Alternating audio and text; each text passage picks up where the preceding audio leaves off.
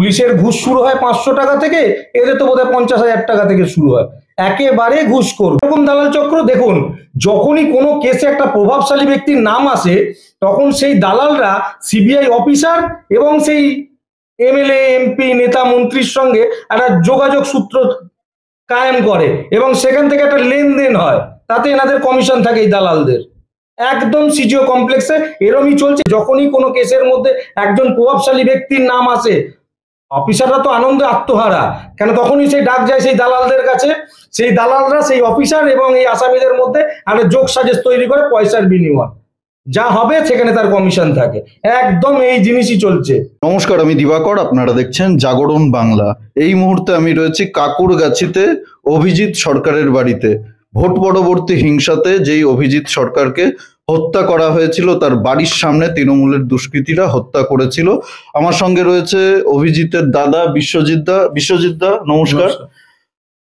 সম্প্রতি আমি দেখছি কিছু নিউজ চ্যানেলে তুমি ইন্টারভিউতে বলেছো যে সিবিআই সঠিকভাবে তদন্ত করছে না, সঠিকভাবে ইনভেস্টিগেশন করছে না। আজকে 4 বছর হয়ে গেছে, একটা ভোট চলে গেছে, আর একটা ভোট আসছে সামনের বছরেই, আবার বিধানসভা নির্বাচন রয়েছে, কিন্তু এখনো পর্যন্ত সিবিআই এই কেসে কোনো সাপ্লিমেন্টারি চার্জশিট দিতে পারেনি। যারা দোষী রয়েছে, যাদের বিরুদ্ধে অভিযোগ রয়েছে, যারা অভিজিৎ সরকারকে হত্যা করেছিল নৃশংসভাবে ইট দিয়ে থেতলে, সেই দোষীরা জামিন পেয়ে গেছে আদালত থেকে, তারা আজকে বুক ফুলিয়ে ঘুরে বেড়াচ্ছে। এই সিবিআইয়ের ব্যর্থতা নিয়ে তুমি সম্প্রতি হাইকোর্টেও আবার একটা পিটিশন দিয়েছো, মামলা করেছো, রিট পিটিশন করেছো।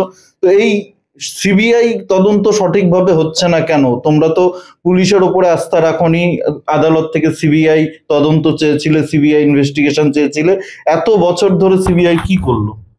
দেখুন, প্রথমে বলে দিচ্ছি, পুলিশ দাঁড়িয়ে থেকে আমার ভাইকে খুন করেছে। পুলিশেরই এসআই রত্না সরকার সাদা কাগজে আমার মায়ের থেকে সই করে নিয়ে গিয়ে ফলস এফআইআর বানিয়েছে। সেটা ইতিমধ্যে তার কাগজ আপনারা দেখেছেন, সমস্ত মিডিয়ায় দেখেছেন, এবং আমার মায়ের সাক্ষীতেও সেটা বলেছে। মা তার গোপন জবানবন্দিতেও বলেছিল, মা কমপ্লেন দিয়েও জানিয়েছিল যে আমি সাদা কাগজে, আমাকে দিয়ে সাদা কাগজে সই করে নিয়ে গেছে, আমি কোনো এফআইআর করিনি, আমার ছেলে বিশ্বজিৎ সরকার এফআইআর করেছে। আমার এফআইআরটাকে লুকিয়ে একটা ফলস সাদা কাগজে আমার মাকে দিয়ে সই করে এফআইআর করেছিল। এবং ওসি নারকেলডাঙ্গা থানার আমার ভাইকে মারা সেই রক্তমাখা ইটটা যখন আমাকে শুধু ধরে নিয়ে যাচ্ছিল গাড়ি করে, সে নিয়ে পালাচ্ছিল, সঙ্গে ছিল দীপঙ্কর। সেই দীপঙ্করকে, এই ভিডিও আমার কাছে একটি ভিডিও রয়েছে, দেখবেন যখন বোম মারছিল, আমি, আমার ভাই, আমার মা আইডেন্টিফাই করছিলাম এই যে এরা বোম মেরেছে, তারা বলছিল আমরা বোম মেরেছি, এবং পুলিশের বাইক নিয়ে দীপঙ্কর রহমান দাঁড়িয়ে, কারণ আমরা যখন থানায় ফোন করেছিলাম বোম পড়ছে তাড়াতাড়ি আসুন। তাহলে পুলিশ দাঁড়িয়ে থেকে আমার ভাইকে খুন করলো, পুলিশের ওসি রক্তমাখা ইট নিয়ে পালালো, পুলিশের এসআই রত্না সরকার আমার মাকে দিয়ে সাদা কাগজে সই করালো। মানে পুরো মামলাটাই ধামাচাপা দেওয়ার বা লুকিয়ে রাখার। কারণ যেহেতু তাদের নেতা বা দাদা বা বাবা পরেশ পাল এই খুনের ঘটনাটা ঘটিয়েছে স্বপন সমাদ্দারা মিলে। কি করে পরেশ পালের নাম তো অভিজিৎ বলেছিল যে ভিডিওটা আমরা দেখেছি। তার আগে বলছি, ইলেকশনের 10 দিন আগে আমার বাড়ি, এই বাড়ির যেখানে আপনি বসে আছেন এর সামনে ওইখানটাই স্টেজ করে এই পরেশ, মানে রাস্তার মধ্যে ইয়ে করে টেবিল লাগিয়ে একটা মিটিং করেছিল। সেই মিটিং এর ছবি সিবিআই কে দিয়েছি এবং আমাদের কাছে রয়েছে। সেখানেই বলেছিল যে ভোটের রেজাল্ট বেরোলে 2 ভাইকে জমদুয়ার পার করে দেবো। তা আমার ভাইকে জমদুয়ার পার করেই দিয়েছে 2 তারিখ। কারণ সে এই ধমকিটা দিয়ে গেছেন এবং সে লোক পাঠিয়ে ফোনে তো বলছে যে হ্যাঁ হ্যাঁ করে তা বলুন, এই তো মেরে দে, হ্যাঁ হ্যাঁ ওসির সঙ্গে কথা গেছে। আমরা স্পষ্ট সেগুলো সব শুনছি। অত্যাচারিত হচ্ছি, মার খাচ্ছি, ভাই খুন হচ্ছে চোখের সামনে দেখছি। তোমার ভাই অভিজিৎ যখন ওকে মারতে এসেছে তখন যখন এই ঘটনাটা ঘটছে তখন তো সে ফেসবুক লাইভ করে ডিটেইলস বলে গেল যে কে কে রয়েছে এই ঘটনা। তারপরে দেখুন বলতে বলতে ফট করে কেটে গেল, কারণ তখন দরজা ভেঙে এরা ঢুকে গেল বাড়ির মধ্যে। ভাইকে খুন করলো, পুলিশ এইভাবে প্রমাণ লোপাট করলো, যার জন্য আমরা আদালতের কাছে গেছিলাম।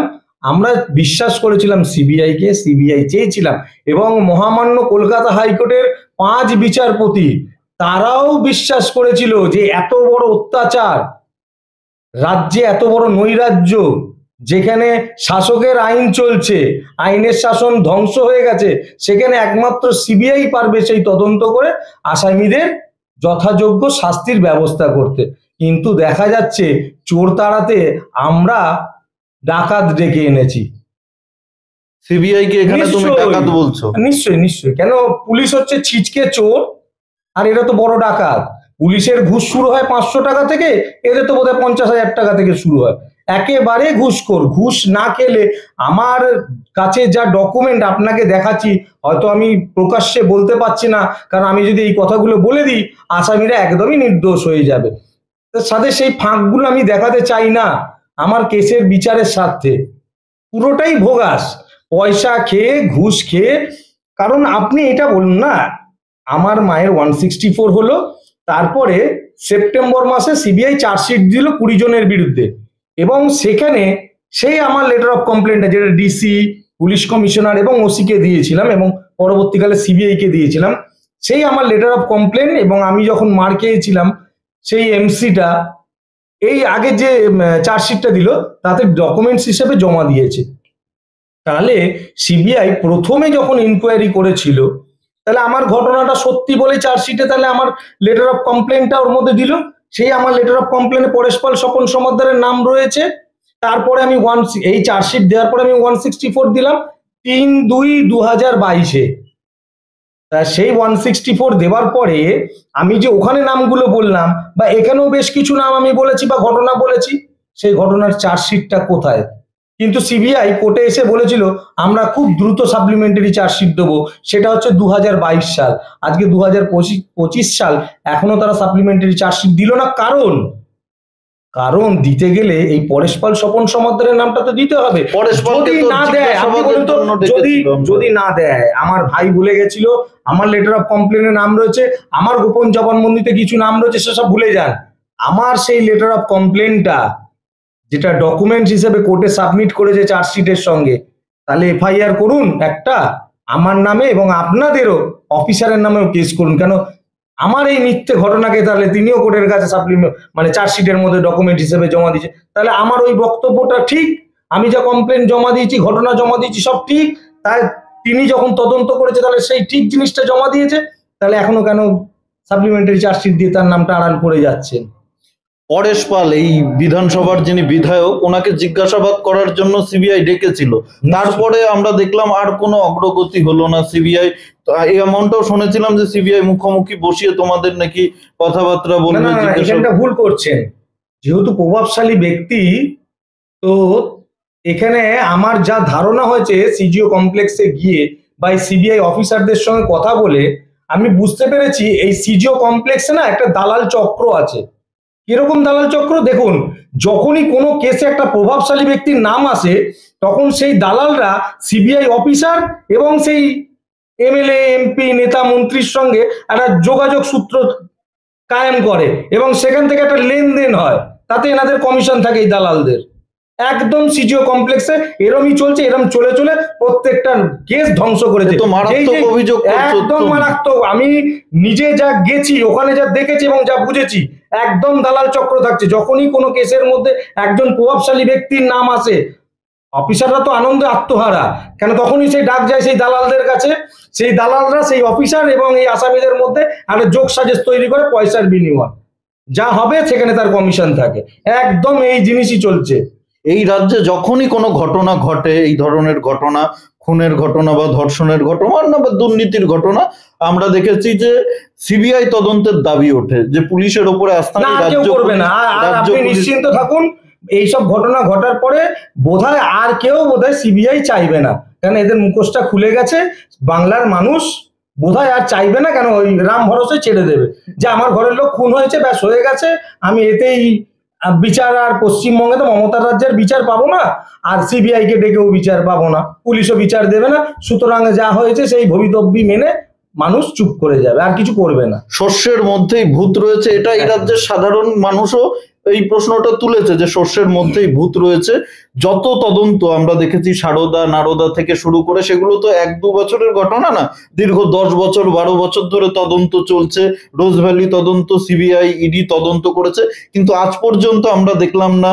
এই যে সম্প্রতি যে ঘটনাটা ঘটলো আরজি কর মেডিকেল কলেজ হসপিটালে, সেখানেও সিবিআই এর কাছেই তদন্ত সারা জীবনই অনন্তকাল ধরে তদন্ত চলবে। সাপ্লিমেন্টারি যখনই একদম প্রভাবশালী ব্যক্তির নাম থাকবে তখন সাপ্লিমেন্টারি চার্জশিট হবে না, কারণ তখন ওই দালাল যে বলেছিলাম দালালদের সঙ্গে তখন একটা যোগাযোগ অফিসারদের হয়ে যায়, তার জন্য আর সাপ্লিমেন্টারি চার্জশিট কোর্টে জমা পড়ে না। না, এই যে নাটক আমরা দেখি, কখনো পুকুরে জেসিবি নামিয়ে ডুবুরি নামিয়ে মোবাইল উদ্ধার করছে, তারপরে লোক দেখানো, এখন তো তোমার কথা শুনে তাই মনে হচ্ছে, এবং সাধারণ মানুষ এটা বিশ্বাস করতে শুরু করেছে। বিশ্বাস করুক যারা বুঝতে পারে।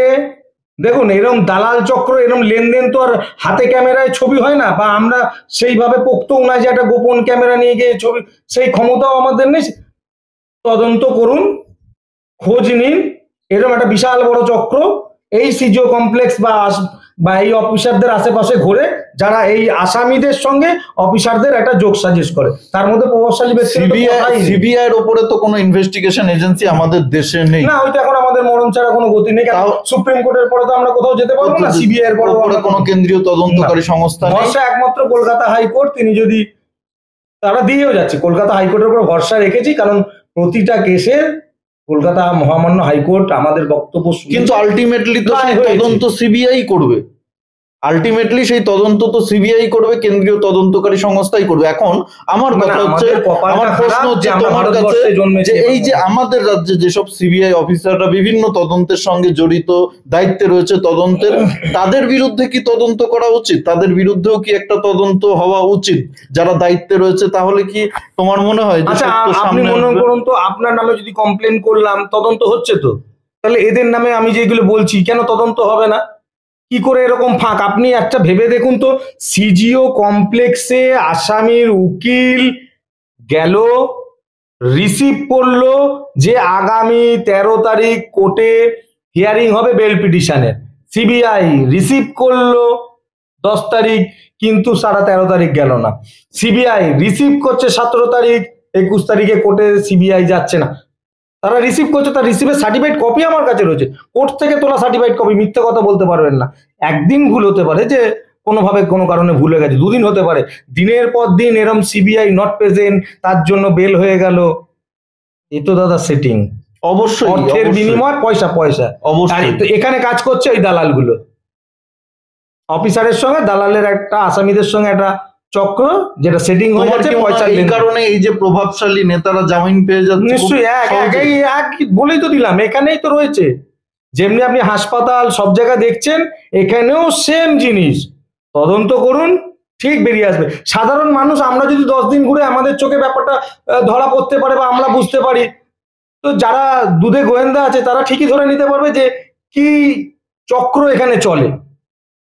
নালে আমি তো বলে দিয়েছি, আপনার ক্যামেরার সামনে বলেছি, এই বাড়ি থেকে, আমার এই বাড়ি থেকে 12 কিলোমিটার এবং 15 কিলোমিটার মেপে নিন, তার মধ্যে 6টা আসামি লুকে রয়েছে, তার ডিটেলস আমি দিয়ে দিয়েছি। তারপরেও বলছে ওপরওয়ালারা বলেনি, তাই ধরতে পারছি। ওপরওয়ালা কে? ওপরওয়ালা তো দিল্লি, জানি না। ওনারা বাথরুমে গেলেও ওপরওয়ালাদের থেকে ফোন করে যায় সকালবেলা। তুমি বিজেপির এই রাজ্যে যারা উচ্চ নেতৃত্ব রয়েছেন, রাজ্য নেতারা রয়েছে, তাদের সাথে যোগাযোগ করেছো? তারা কোনো? আমি একটা কথা বলে দিই, বিজেপি বলতে আমি বলে দিচ্ছি, বিজেপি তো আর শেখায়নি আমায় অন্যায়ের প্রতিবাদ করবে না, বা বিজেপি এখানে বলেও নি যে তৃণমূলের নেতাদের ধরে ঢুকিয়ে দাও। কেন্দ্রে বিজেপি সরকার আছে, সিবিআই কেন্দ্র সরকারের অধীনস্থ একটা সংস্থা। তারা কি করে তদন্ত করবে না তদন্তে গুলিয়ে দেবে, কার থেকে পয়সা খাবে, সেটা বিজেপি দেখতেও যায়নি। বিজেপি বলেও নি আমায় যে তৃণমূলের নাম বলে আসামিদের ঢোকাও, বা বিজেপি বলেও দেয়নি যে তোমার কথাটা আমি বুঝতে পারছি। বিজেপির তোমার ভাই অভিজিৎ কোনো ব্যাপারই নেই। বিজেপি একজন খুবই সক্রিয় কর্মী ছিল, খুব ভালো অ্যাক্টিভ কর্মী ছিল। বিজেপি করার জন্যই তাকে হত্যা। আজকে যদি সে বিজেপি না করতো, বিজেপি দলের সাথে তার কোনো সম্পর্কই না থাকতো, তাহলে তো অভিজিৎকে হত্যা হতো না, কোনো ভাইলেন্স হতো না। তাহলে বিজেপির যে নেতারা, তারা কি একটা প্রেসার তো দিতেই পারে, তারা এটা নিয়ে একটু চাপ দেওয়ার, যে সিবিআই কেন সঠিকভাবে তদন্ত করছে না, কেন কেস এগোচ্ছে না, কেন যারা দোষী তারা জামিন পেয়ে যাচ্ছে। যে নেতা বলবে তার ব্যাপার, আমি কি করে বলবো যে সে বলবে কি বলবে না? সেটা তারা বুঝুক, যে তাদের মনে হয়। তুমি যদি তুমি বলেছো যে এটা, আমি তো বিচারের জন্য সমস্ত জায়গায় যাচ্ছি, কার দরজা বাকি রেখেছি বলুন না? আমি তো সব দরজায় যাচ্ছি। এবার কে কতটা সাহায্য করবে সেটা তার উপর নির্ভর করবে।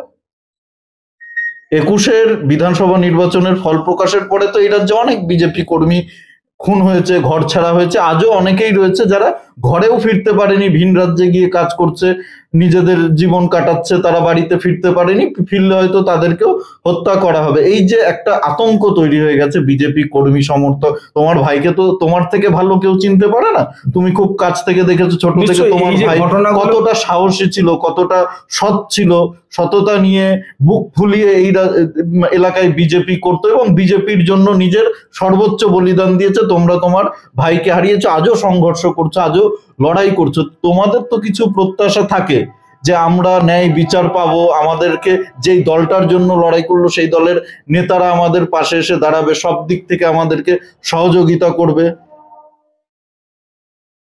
দেখুন, এখনো অবধি তো সাহায্য করে চলেছে, পাশে তো আছে।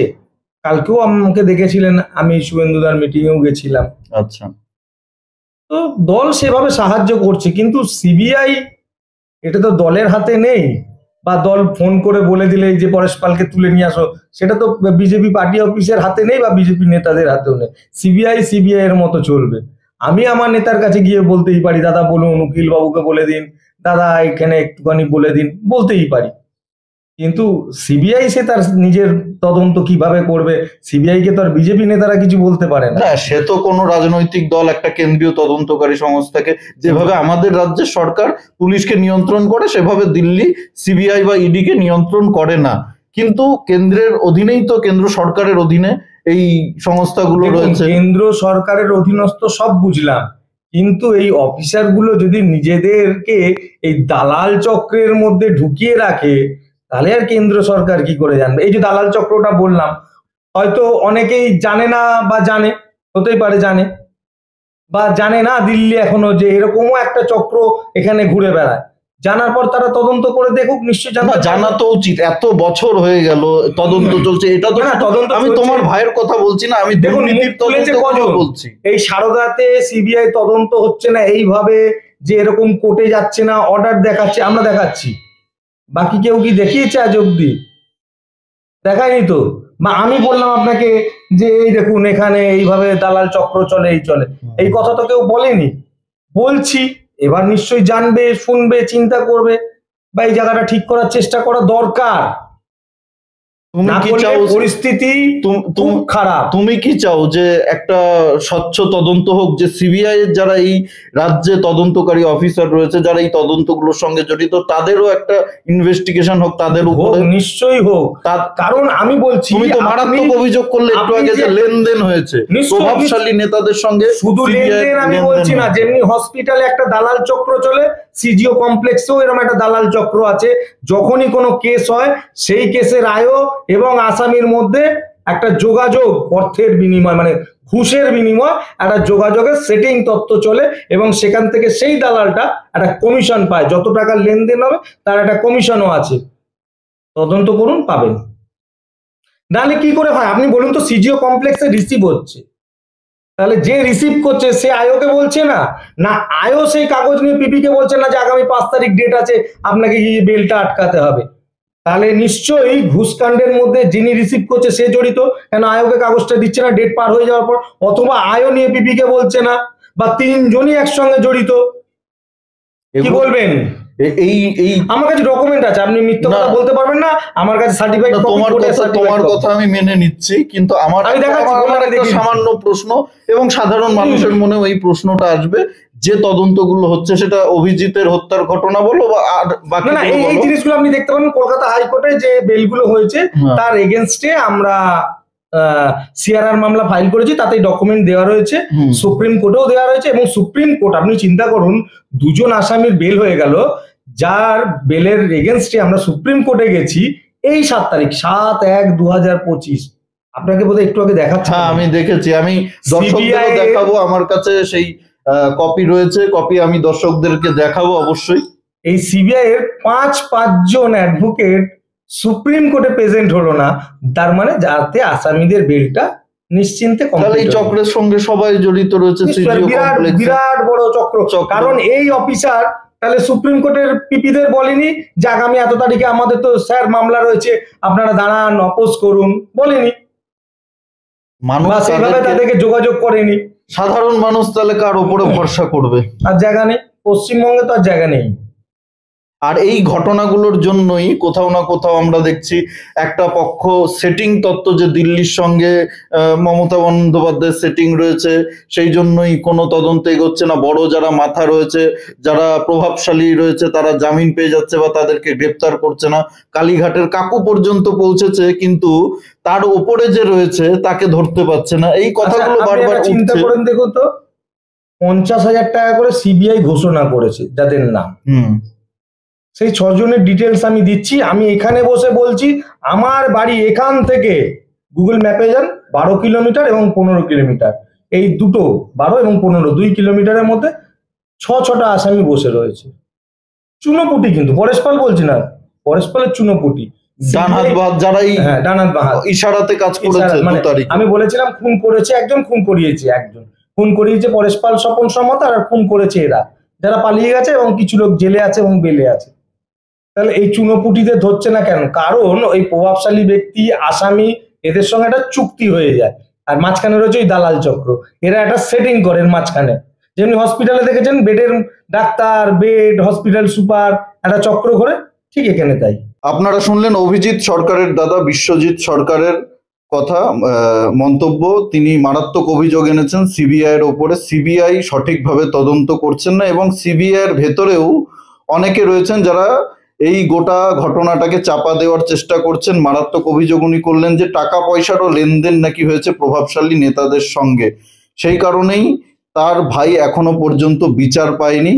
যদি এই রাজ্যে পুলিশ প্রশাসনের কোনো ব্যর্থতার দায় রাজ্য সরকারের হয়, তাহলে আমাদের প্রশ্ন, কেন্দ্রীয় তদন্তকারী এজেন্সি যদি এই ধরনের গাফিলতি করে বা ব্যর্থতা, যদি তাদের ব্যর্থতার কথাগুলোই ওঠে একের পর এক তদন্তে, যে ব্যর্থতা পেয়েছে এই রাজ্যে সিবিআই, তার দায় কেন কেন্দ্র সরকারের কাঁধে চাপবে না? কেন্দ্র সরকারকে অবশ্যই নজর দেওয়া উচিত। এই রাজ্যে বিশেষ করে যারা সিবিআই এর আধিকারিকরা রয়েছেন, যারা তদন্তের সঙ্গে জড়িত, বিভিন্ন দুর্নীতির তদন্ত বা এই ভোট পরবর্তী হিংসার শিকার যেসব বিজেপি কর্মী সমর্থকরা রয়েছেন, তাদের যে ইনভেস্টিগেশন গুলো চলছে সেগুলো যাতে সঠিকভাবে হয়, এবং যারা যারা এই দুর্নীতির সঙ্গেও জড়িত, সিবিআই এর ভেতরে যারা দুর্নীতির সঙ্গে জড়িত, যেমনটা বললেন দাদা, সেই বিষয়গুলো যাতে সামনে আসে, মানুষ যাতে সিবিআই এর উপরে আস্থা করতে পারে। এরপরে যাতে মানুষ আবার কোনো এরকম ঘটনা যদি ঘটে যায়, আমরা চাই না কেউ এরকম ঘটনা ঘটুক, যদি ঘটে তাহলে মানুষ যাতে আবার ভরসা করে বলতে পারে যে আমরা সিবিআই তদন্ত চাই।